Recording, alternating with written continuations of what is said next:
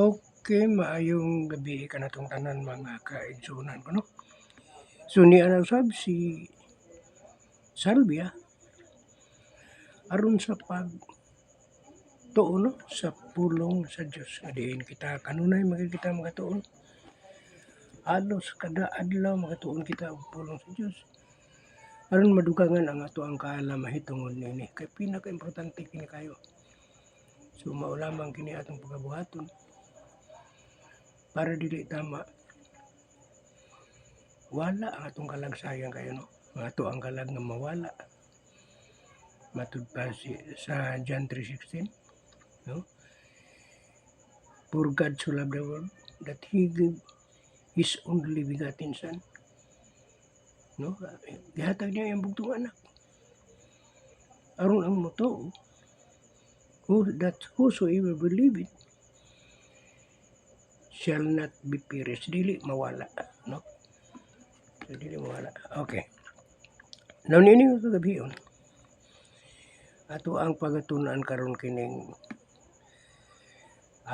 sa sulat ni no kaagi kini ni Jesus Christ sa diyang siya pa ang nag-administer no sa mga maayong balita niya atong iyang panahon nga diri pa siya sa kalibutan. So ang nahitabo man gud ni ani mga kaigsuonan no, si Jesus Christ miadto sa kuan sa templo unsay ang gibuhat dito, nagtudlo siya, nagwali siya sa maayong balita. No, nagtudlo siya, nagwali sa maayong balita. And then, pipila ka mga minuto nga milabay sa iyang pagtudlo, miduol kaning mga chief priest, di ba? Dako-dako sa mga pare, no?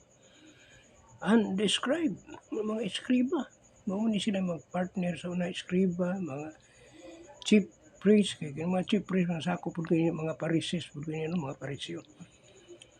So miadto siya didto, ug nagwali, apan wala damha nga ang mga eskriba, mga scribe ug ang chief priest miduol kaniya. No? Miduol kaniya. The chief priest and the scribe came upon him with the elders, uban pa mga elders ng mga kuan sa sakop sa church kanato nga mga gulang-gulang na no, mga elders. Okay. Padayon ta. And then he spoke unto him saying, tell us by what authority do you these things, no? Miingnan siya, tug-ani kami. Sa unsang kagahom, otoridad nga do you this nga naa kanimo, or who is that give you of this authority? Unsa nga kagahom nga naa kanimo ug kinsay naghatag kanimo sa maong authority. Okay. So mitubag man si Kristo ana, kitubag man na nila sila. Yung si Kristo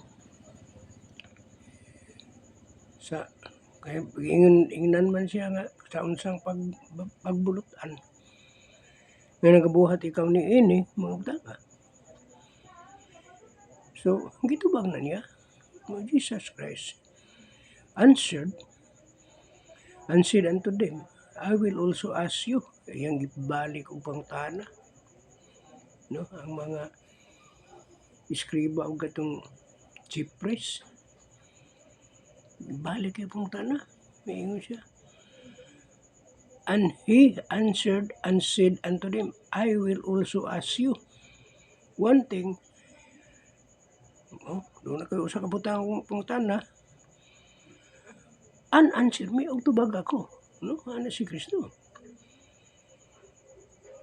Pangutana kaninyo og usa ka pangutana og tubag ako sayri ko.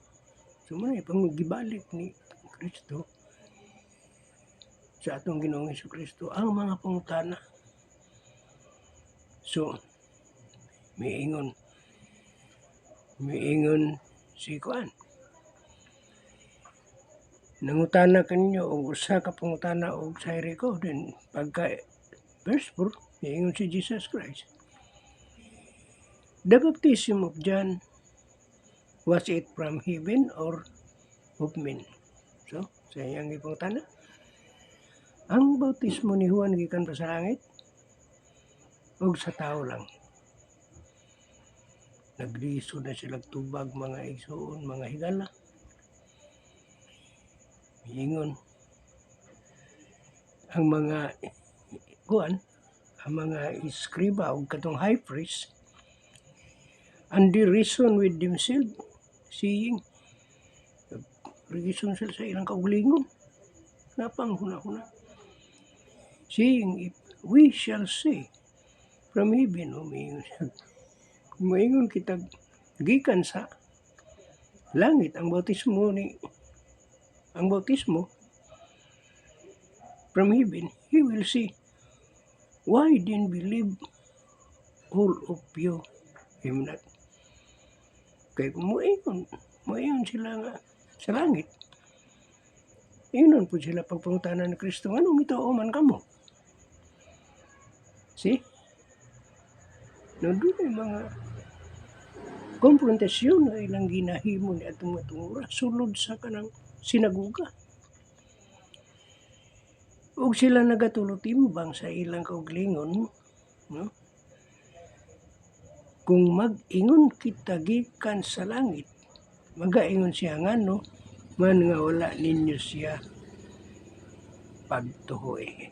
No? So, muna na nga ay mga cross-examine nga ilahang ginahimo kanadto. Verse 6. But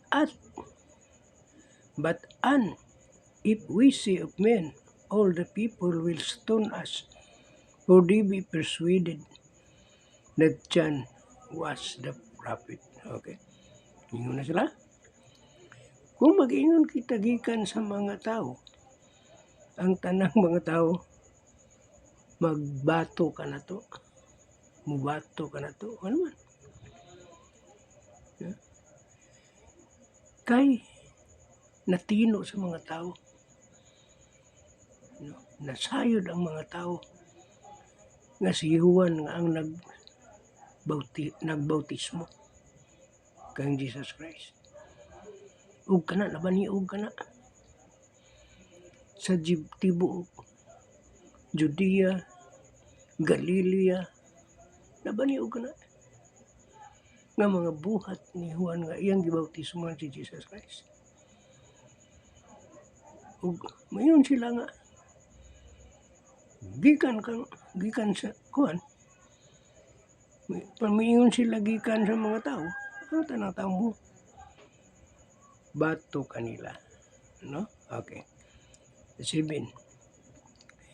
And they answered that they could not tell whence it was, no? So sila may tubag, wala nila hibaloi kung diin gikan. So kuha na, nasayod sila nga gikan ni Juan, si Juan ang nagbautismo, pero sila unsa na ilang giyon, wala na sila masayod. Ming tubag nga wala nila hibaloi kung diin gikan. So nagsugod na lagi ang bakak na po, no? Grabe kining bakak mga igsoon, mga higala. Grabe kining bakak. Dali kayo mo malitok sa mga tao ang kabakakon, ang mga bakak. So kita nasayo na kita. The father of lies is evil. Amahan sa bakak maawang yawa, no? Sayo na kita niya na. Ito. And Jesus said unto them, neither tell I you by what authority I do these things. No? Yung si Kristo na. And Jesus said unto them, neither tell I you by what authority I do these things. So, mingon na si Kristo. O si Jesus mingon kanila, ako usab dili magsaysay kaninyo kung sa unsa nga pagbulutan ginahimo ko kining mga butang. No? Wala po niya. Tugaan niyo, po na Israel. No? Kaya kansang man lang yapon kung ilang tuganan nga siya nagasunod lamang sa kabubuton siya nga mahal nga tuwa sa langit. Di mo po sila mo to. Ila na ganing gilimod nga wala sila masayod kung nasa gikan ang bautismo ni Jesus Christ. No? So, ingon ana lang mga igso. No? Then began he speak to the people these parables. Doon na yung mga parables na naghimo ni Jesus Christ. A certain man planted a vineyard and let it forth too. No? Una, mga parables niya. Husbandman and went into far country for a long time. No? Ang katong umisugod siya sa pagsulti na, no? Sambingay, usa ka tawo nga nagtanom sa parasan ug di paabangan niya kini sa mga mag-uuma. Ug milangyaw siya sa laing yuta sa taas nga panahon. No? So kining mga pulunga nga gilitok sa atong Ginoong Jesucristo, dayag kay nga nadungog sa mga parisyo, sa mga pare kaniadto nga time ni Kristo. And the season he sent a servant, so kanang tingan nina. He sent a servant, nagpadala siya ginang iyang alagad to husbandmen that they should give him of the fruit of the vineyard, but the husbandmen beat him and sent him away empty. No? So, unsay giingon sa kadtong iyang sinaligan, iyang alagad niya. Ug sa tingbunga, ipaadtuan niya ug usa ka ulipon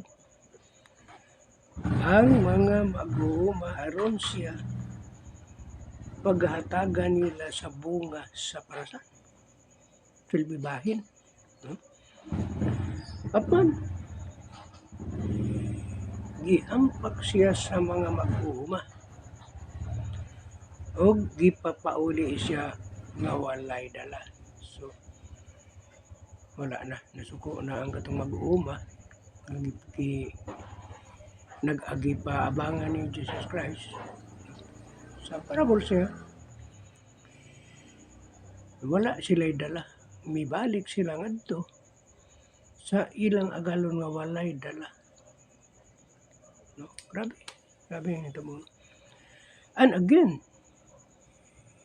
he sent another servant and they beat him also. And he pleaded him shamefully and sent him away empty. No? Nagpadala na po siya og lain na usab nga ulipon. Ug kini gihampak usab nila ug gipakaulawan ug gipapauli nga walay dala. Luuya kayo.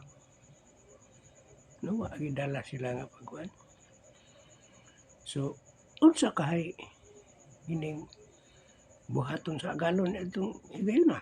Nga wa man gid matagaig bahin sa abot sa iyang yuta. Abot sa iyang parasan. And then again he sent a third, and they wounded him also and cast him out. So nagpadala na po siya ikatulo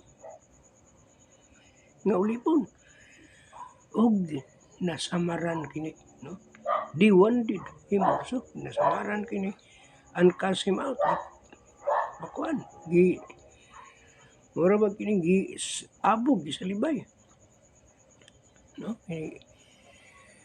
And cast him out maron, meaning kasi mura ba gimuhang kuan?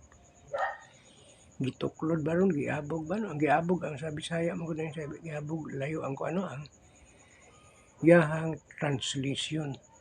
Okay. Panenta. Then see the Lord of the vineyard no antagyana mo imisulti. What shall I do? I will send my beloved son. It may be they will reverence him when they see him. So ang iyang buot nang ipasabot ang iyang kauglingon.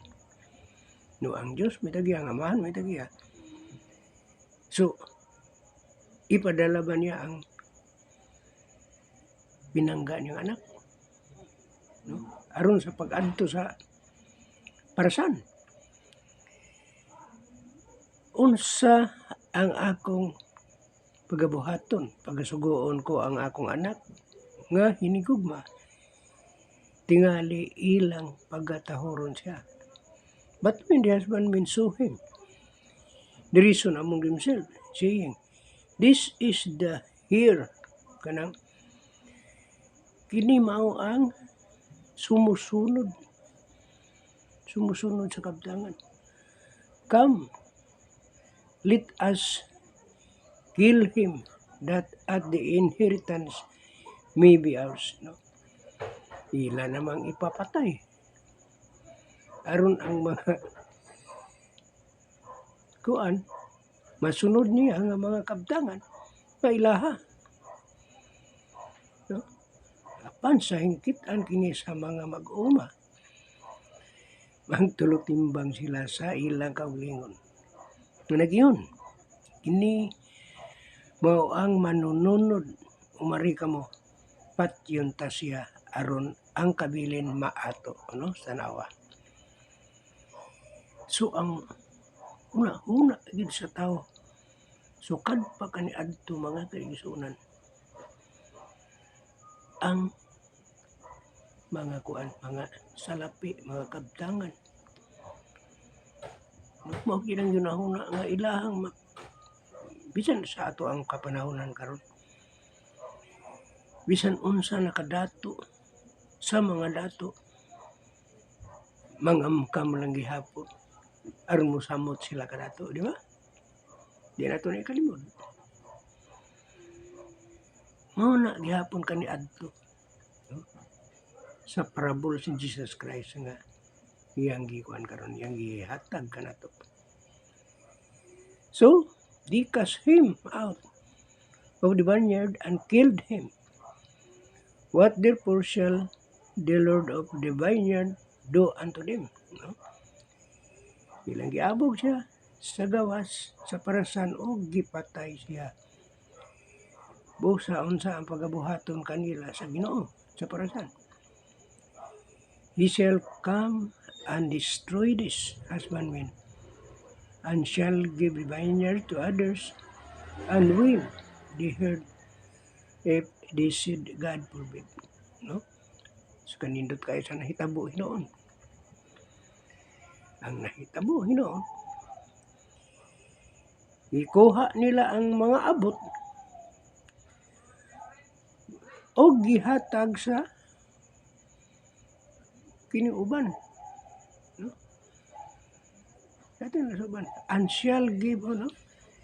Destroy this husbandman and shall give the vineyard to others. Gihatag na sa uban. Wala na hinuoy na huptan ang katong kuan sa parasan. Ipatag pa sa lain. No? O, muanhi siya og magalaglag, mga mag-uuma og igahatag niya ang parasan sa uban og hingdunggan nila kini sila nagingon dili unta kini mahitabo, no? Kung nagtinarong pa sila, nagbinuutan pa sila, dili unta kadto mahitabo nga mahatag sa lain kun dili maadto unta ra gihapon sa ilahan. Pantungod sa ilang kahakog, naadto na hiloon sa lain ang maong parasan. So nakahumanaw sa kitag manindot kayo nga kining pagtulun-an ining kagabion na mga kaigsunan natong tanga nadugangan na usab ang ato kaalam ug kinatunta nga magabaton kita og kaisog sa pagmantala sa maayong balita. No, so ingon na lang akong maistorya diha kaninyo niini nga kagabihon mga igsoon hinaut ko nga nakakuha ka og mga maayong pagtulunan. Dinhi lang ako kutob og daghang salamat. God bless kanatong tanan.